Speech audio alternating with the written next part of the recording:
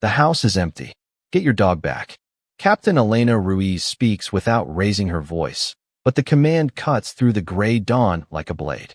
Water drips from the broken roof of the Reynolds home, hissing softly where it meets pockets of warm ash. The fire is out.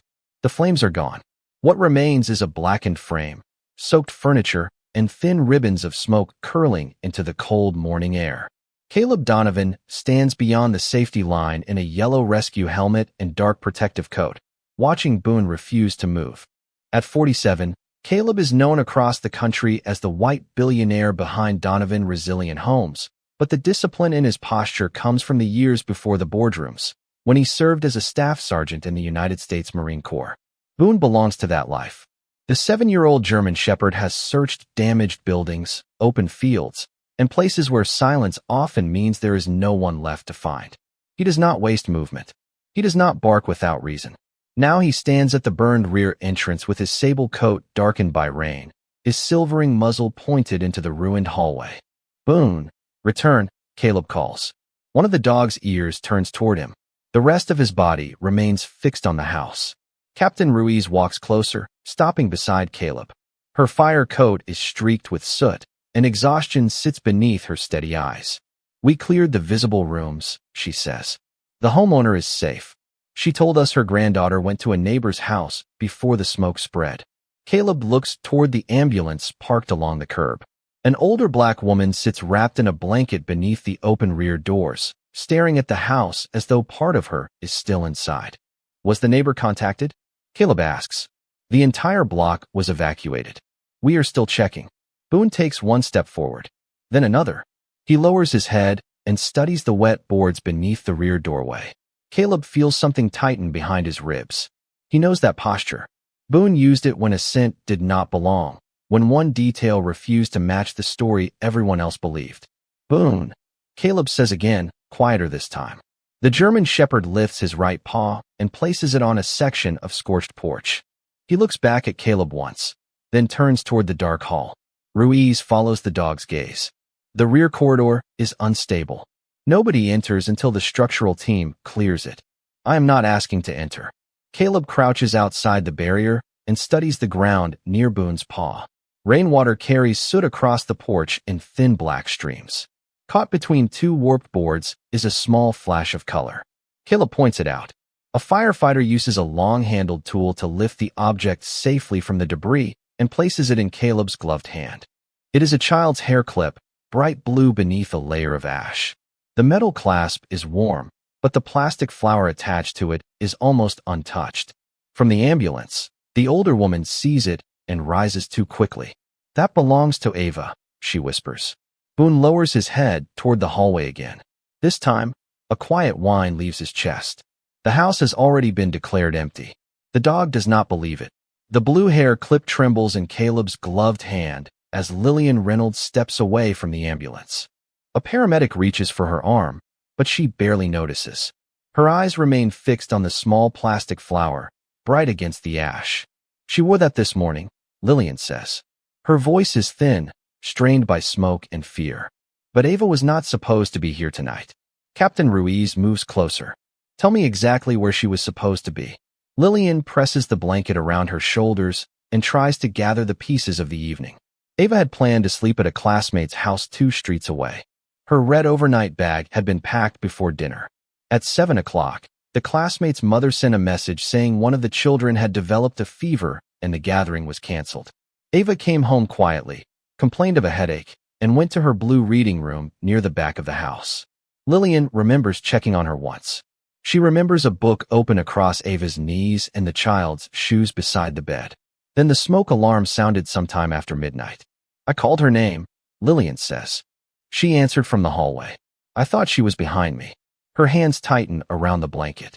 At the front door, she said, I know where to go. I believed she meant Mrs. Parker's house.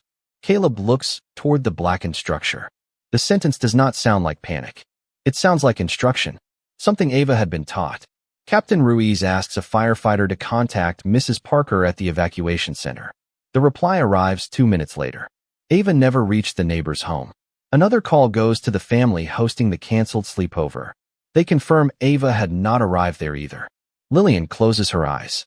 Then she was inside. Ruiz does not offer false reassurance. She turns immediately to her crew and orders a second accountability search, beginning with every confirmed exit point and every area that had remained inaccessible during the first sweep. The front rooms had been cleared after the fire was controlled, but the rear corridor was blocked by soaked ceiling material and unstable framing. No firefighter had been permitted beyond it. Boone steps away from the porch and circles the outer wall on his working lead. Caleb follows outside the safety perimeter while a handler line remains secured to the dog's harness. Boone moves slowly through wet grass, nose low, ignoring the sharp smells of smoke, fuel, and waterlogged wood. At the rear corner, he stops beneath a narrow vent darkened by soot. He presses his muzzle close, draws in one careful breath, and looks at Caleb. Then he moves on. 10 yards later, he turns back to the same vent. He stops again.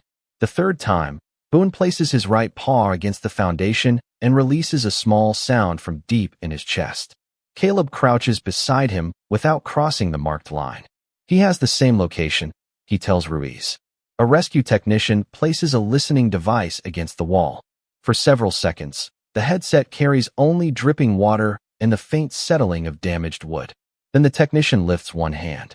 Somewhere beyond the blackened wall, beneath the sound of rain, something taps with a slow and deliberate rhythm. The tapping is so faint that the rescue technician removes one side of the headset and listens again, afraid the sound may be nothing more than water moving through the wall. Boone does not hesitate. He keeps his right paw against the foundation, his ears angled toward the soot-darkened vent, his body completely still. Caleb watches the dog instead of the equipment.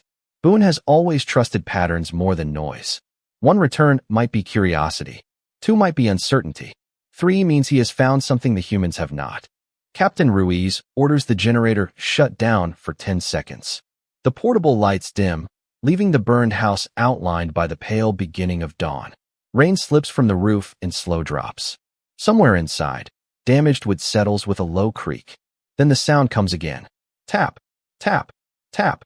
3 measured knocks. Lillian grips the ambulance door. Ava does that, she whispers. When she is afraid, she taps 3 times. Her father taught her to use it as a signal. Caleb looks toward the rear wall. Then she is not tapping by accident. Ruiz turns to the structural engineer, who has been studying the hallway through a thermal camera and a remote inspection pole. The engineer explains that the front section is stable, but the rear corridor needs temporary bracing before anyone can cross it. The roof above the reading room has held better than the rest of the structure, though no one can explain why.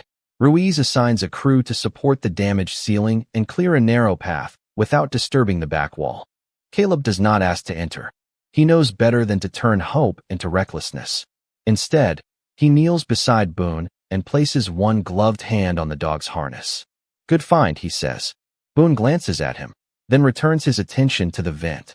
A technician slides a small microphone through the outer grill. Static fills the speaker. Caleb leans closer. Ava, if you can hear us, tap 3 times. For several seconds, nothing answers. Lillian closes her eyes. Caleb feels the old weight of smoke and silence gathering inside his chest, but Boone remains calm. The dog lowers himself onto the wet ground, nose almost touching the opening. Then 3 knocks travel through the speaker, weaker than before, but unmistakable. Ruiz gives the order to continue. As the crew works, Caleb studies the wall around the vent. Nearly everything is blackened, yet a thin line of blue paint remains visible beneath the soot near the corner. It matches the small plastic flower on Ava's hair clip. Boone rises when the temporary supports lock into place. Ruiz fits him with a protective search harness and allows Caleb to follow the firefighters through the cleared entrance. Inside, the air smells of wet ash, burned plaster, and cold rain. Their boots move carefully over the secured path. At the end of the corridor stands a blue door. The walls around it are dark and damaged. The door itself carries only a faint veil of smoke. Boone stops before it, places his right paw against the threshold, and looks back at Caleb. The room beyond should have burned with everything else. Somehow it did not. Captain Ruiz raises one hand before anyone touches the blue door. A firefighter checks the frame with a thermal camera, then sweeps the threshold for hidden heat. The reading is cool. Too cool for a room surrounded by burned walls. Caleb keeps Boone close by the search harness while the structural engineer examines the ceiling above them. Water ticks steadily through the damaged hallway. The smell of wet ash presses against Caleb's memory, pulling him toward another building, another corridor, another moment when he arrived too late. His breathing shortens. Boone turns and touches his nose to Caleb's gloved hand. The contact lasts only a second, but it is enough. Caleb steadies himself. Captain Ruiz gives the signal. A firefighter pushes the door inward. It opens with a soft wooden sigh. Light from their helmets moves across a room that seems untouched by the disaster outside. The bed is neatly made beneath a pale quilt. Books stand upright on white shelves. A small lamp rests beside a drawing of a blue house with yellow windows. Even the curtains remain in place, stained only by a thin shadow of smoke near the ceiling. Caleb steps no farther than Ruiz allows. The room feels less like part of the burned house than a memory sealed behind glass. Boone enters first, nose low, checking the bed, the desk, and the closet. He finds no child. "Ava," Caleb calls. His voice sounds too loud in the quiet room. No answer comes. Ruiz checks behind the furniture while another rescuer studies the walls. The single window is closed and locked from the inside. There is no second doorway, no visible path out. Lillian's words return to Caleb. "I know where to go. She came here," he says. The hair clip proves she crossed the rear porch. Ruiz looks around the empty room. "Then where did she go?" Boone circles the rug once. Then again. On the third pass, he stops beside the built-in bookcase along the inner wall. He does not scratch or bark. He lowers himself onto the floor and presses one ear against the wooden boards. Caleb kneels several feet away. The floor beneath the dog looks ordinary, but the bookcase is deeper than it should be, and a narrow line runs along its base where the trim does not quite meet the wall. Ruiz notices it too. "This room was modified," she says. One rescuer taps the wall and hears a hollow response. Another locates a small vent hidden behind the lowest shelf. Caleb lowers his face near it, but does not touch. "Ava, this is Caleb. Boone is here with me." Silence. He knocks 3 times on the floor. Tap, tap, tap. Nothing answers. The rescue technician listens through the vent and slowly shakes his head. Only still air. Caleb knocks again, softer this time. 3 careful taps. Boone lifts his head. Everyone waits. A drop of water falls somewhere in the hallway. Then, from beneath the bookcase, 3 weak knocks rise through the floorboards. Boone stands at once. Ruiz points toward the shelving. There is a space under this room. Caleb looks at the blue door, the untouched books, and the dog who has refused every easy answer. The room was never the miracle. It was only the entrance. Captain Ruiz orders everyone to hold position while the rescue team studies the built-in bookcase and the floor beneath it. The room remains strangely quiet, preserved behind the blue door while the hallway outside drips ash-colored water. Boone stands over the hidden seam, ears forward, his nose close to the narrow vent. Caleb keeps one hand on the dog's harness and listens for another signal. Nothing comes. A firefighter removes the lowest row of books and finds 2 recessed bolts hidden behind the back panel. The shelves are not simply furniture. They are part of a concealed entrance. Ruiz calls for lifting equipment and a second structural check before anyone attempts to move it. Caleb looks at the pale quilt, the yellow reading lamp, and the drawing of the blue house. Everything in the room suggests that someone built this place carefully, one small decision at a time. "Ava," he says through the vent, "we found the door. We are not opening it until we know it is safe. If you can hear me, knock 3 times. For several seconds, only the faint hum of the thermal equipment answers. Then 3 weak taps travel through the wood. Tap, tap, tap. Caleb exhales. "Good. Boone is right above you." The German shepherd lowers himself beside the vent and begins breathing in a slow, steady rhythm. Caleb remembers the way Ava's grandmother described the signal, how 3 knocks helped the child keep fear from becoming too large. He taps once more, not as a question this time, but as a promise. The rescue crew secures the bookcase with straps, removes the bolts, and lifts it less than an inch.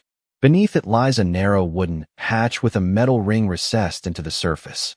The ring will not move. Something below is holding the door under pressure. Ruiz does not allow anyone to force it. A technician threads a flexible camera through the vent. The screen shows a small storm shelter beneath the room, lined with painted concrete and fitted with shelves of bottled water, blankets, and a battery lamp. In the far corner, Ava sits wrapped in a quilt, her knees drawn close to her chest. Her short natural curls are dusted with gray, but her eyes are open. One hand rests against the wall near the vent. Caleb leans toward the microphone. Ava, my name is Caleb.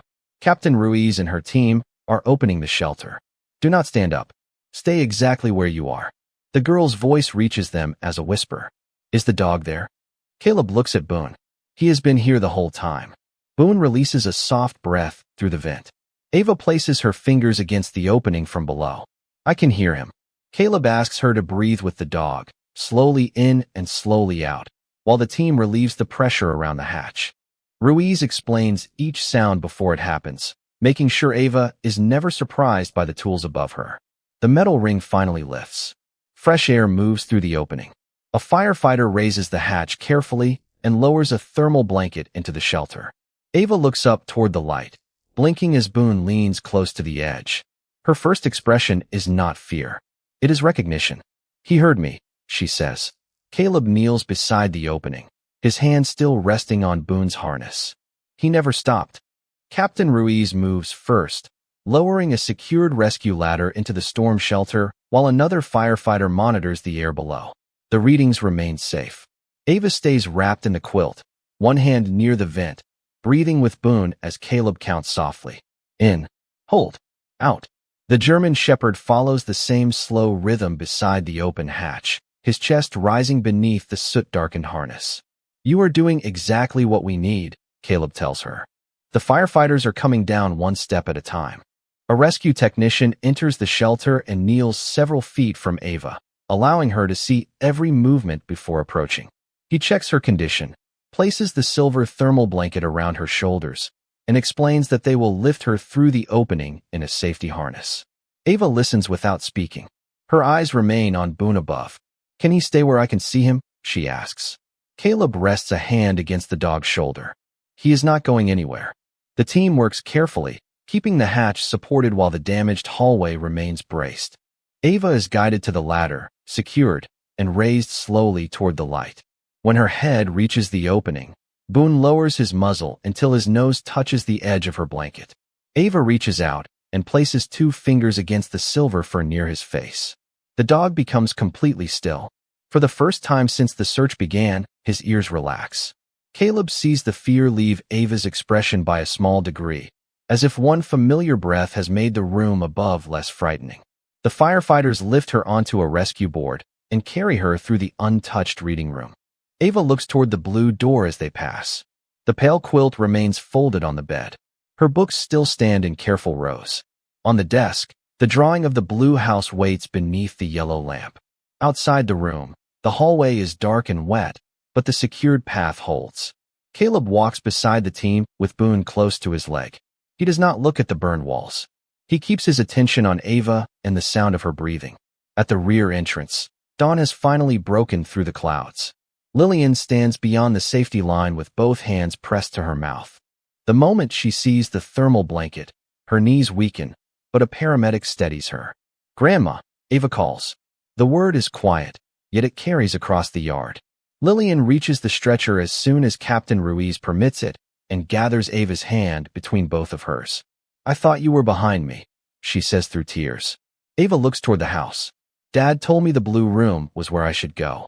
Lillian closes her eyes and rests her forehead against Ava's fingers. He taught you well. Boone steps near the stretcher. Ava turns her hand, and the German shepherd presses his nose into her palm. Captain Ruiz watches them for one silent moment before signaling the paramedics to move. Caleb remains beside the porch as the ambulance doors close. He expects relief to feel loud. Instead, it arrives as stillness. Behind him, the blackened house drips beneath the morning sky, but one blue door remains standing at the end of the hall. Caleb looks down at Boone. The dog has stopped searching. Now he simply watches the ambulance carry Ava towards safety. 2 days later, the Reynolds house stands behind a temporary fence beneath a clear winter sky. Its burned frame quiet now except for the careful movements of investigators. Caleb returns with Boone after Captain Ruiz asks him to examine the blue room from outside the secured work zone. Ava is recovering at Cedar County Medical Center, and Lillian remains beside her, but the question of why one room survived has followed everyone away from the scene. The fire investigator begins with the door. Its solid core is heavier than a normal interior door, and the seals around the frame have expanded under heat, closing the gaps where smoke might have entered. Behind the painted walls, the crew finds 2 layers of fire-resistant drywall, tightly fitted insulation, and carefully sealed openings around every electrical line. Nothing appears expensive. Nothing appears new. The protection comes from patience, knowledge, and materials installed by someone who understood how fire moves. Boone sits beside Caleb near the fence, his silvering muzzle lifted toward the open room. Captain Ruiz carries out a narrow section of wallboard and turns it toward the light.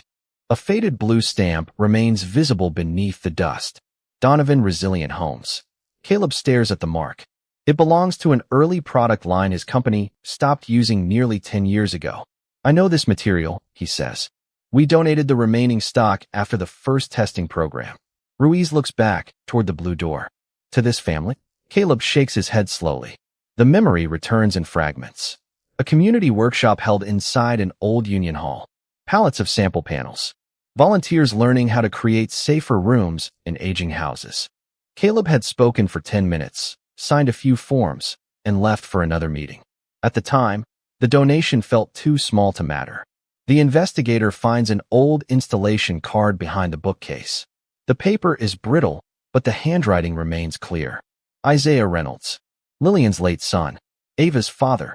Captain Ruiz calls Lillian from the driveway and places the telephone on speaker. Lillian explains that Isaiah had been a carpenter before illness took him. He attended the workshop after Ava was born and brought home every leftover panel he was allowed to carry. For months, he worked on the reading room after his regular shifts. He reinforced the walls, replaced the door, sealed the vents, and converted the storm shelter below. He called it Ava's quiet place. He used to tell her that every child deserved one room where fear could not follow, Lillian says. Caleb looks through the missing section of wall at the yellow lamp, the shelves, and the drawings still resting on the desk. His company has built towers, hospitals, and houses worth more than entire neighborhoods. Yet one forgotten pallet, carried home by a father and installed piece by piece, has done what all that wealth could never guarantee. It has protected one small life. Boone rises and rests his muzzle against Caleb's hand. Caleb closes his fingers gently around the dog's collar. He once believed mercy had to arrive as a grand decision, large enough for everyone to notice. Standing before the blue room, he understands that sometimes it begins as leftover material, a father working after dark, and a kindness no one remembers until the day it holds. At Cedar County Medical Center, the afternoon sun reaches across Ava's room and settles over the blanket covering her knees. Boone lies beside the window, his head resting on his paws, while Caleb sits in a chair near the foot of the bed. Lillian has stepped into the hallway to speak with a nurse, leaving the room quiet enough for the small sounds to matter. Ava turns the blue hair clip between her fingers. Someone cleaned the ash from it, but one edge remains dark. Grandma said the room saved me, she says. Caleb looks toward Boone before answering. The room helped. Your father built it carefully. You remembered where to go. Captain Ruiz and her team reached you. Boone made sure we kept listening. Ava studies his face. Was it a miracle? Caleb does not smile right away. Outside, a winter wind moves through bare branches and sends thin shadows across the floor. I think some miracles are built slowly, he says. A board measured twice. A door sealed properly. A father working after everyone else is asleep. A dog refusing to walk away. Ava closes her hand around the clip. Then why did you look scared inside the house? The question is gentle, but it reaches a place Caleb has kept hidden for years. He could give her an easy answer. He could say the hallway was unstable or the smoke was thick. Instead, he tells her the truth. A long time ago, when I was still a Marine, I entered another damaged building after a fire. One of my men was inside. We did everything we could, but we did not reach him in time. Ava lowers her eyes. Was Boone there? No. He came into my life later. Caleb rests his hands together. After that day, the smell of wet smoke made me feel as though I was back in that hallway. I learned how to hide it, but I never stopped carrying it. Ava places 3 fingers on the bedside table. Tap, tap, tap. Boone raises his head. Caleb looks at the small hand resting beside the blue clip. That is what I do when the room feels too quiet, Ava says. Dad taught me that someone can answer, even if I cannot see them. Caleb lifts his hand and taps the wooden arm of the chair 3 times. Tap, tap, tap. Ava's shoulders soften. Boone stands, walks between them, and places his muzzle on the edge of the bed. Ava strokes the silver fur around his face. He answered first, she says. He usually does, Caleb replies. Lillian returns carrying a folder of discharge papers and pauses when she sees the 3 of them together. Caleb tells her about the old Donovan materials found behind the wall. He explains that the company will rebuild the house, restore the blue door, and create a new independent program providing fire-resistant safe rooms to families who cannot afford them. Lillian begins to thank him, but Caleb shakes his head. Isaiah already showed us what the program should be. We are only making sure more families get the same chance. Ava looks toward the window, where the late sunlight has turned the glass warm and gold. Will the new room look the same? She asks. As much as you want it to. Keep the yellow lamp. We will. And the blue door. Caleb nods. Especially the blue door. Boone settles beside her again. For the first time in years, Caleb thinks of a burned hallway without feeling trapped inside it. The memory remains, but it no longer closes around him. Somewhere between 3 quiet knocks, a child's trust, and a dog who would not stop listening, a door inside Caleb has opened too. 1 year later, spring sunlight falls across Cedar Hollow, warming the rebuilt Reynolds home and the young maple tree planted beside the porch. The house stands on the same foundation, but its walls are stronger now, its wiring newer, and its smoke alarms connected to a neighborhood safety network. Inside, the reading room waits behind the restored blue door. The yellow lamp glows beside a row of books, and the storm shelter beneath the floor has a wider hatch, fresh ventilation, emergency supplies, and a simple handle Ava can open from either side. A small brass plaque near the shelves reads the Isaiah Reynolds Safe Room. Caleb asked that his own name be left off every wall. Boone lies across the threshold with his silvering muzzle resting on his front paws, watching a circle of neighborhood children sit on the rug while Ava reads aloud.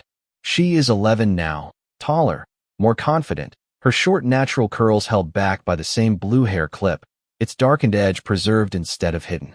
Lillian stands near the kitchen doorway, smiling as Ava turns the pages of a story about a lighthouse that keeps shining through a storm. Outside, volunteers unload fire-resistant panels from a truck marked only with the name of the new community safety program. In the months since Ava's rescue, Caleb's foundation has helped install safe rooms in dozens of older homes across the county. Firefighters teach families how to plan exits, test alarms, and choose meeting places. Carpenters train local apprentices to build walls that hold longer and doors that seal properly. The program does not promise that fear will never enter a home. It promises that preparation will not belong only to families who can afford it. Caleb stands on the porch in a simple navy jacket, listening to Ava's voice through the open window. He no longer visits burned buildings to prove that the past has lost its power. He goes when his experience is useful, and he leaves when trained crews tell him to leave.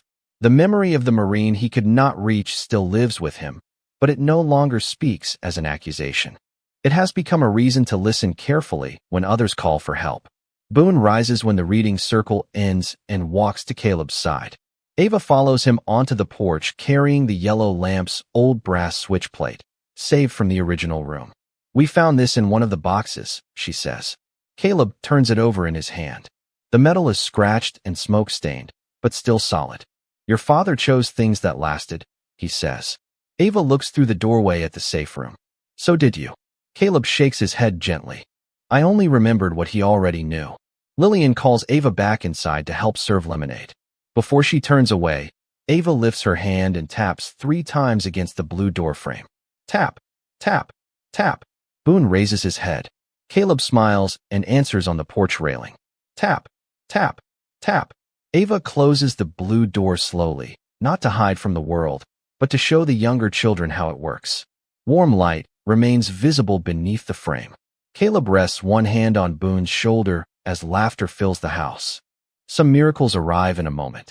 Others are measured, fitted, carried home, and built after dark by people who may never know whose life their kindness will one day protect.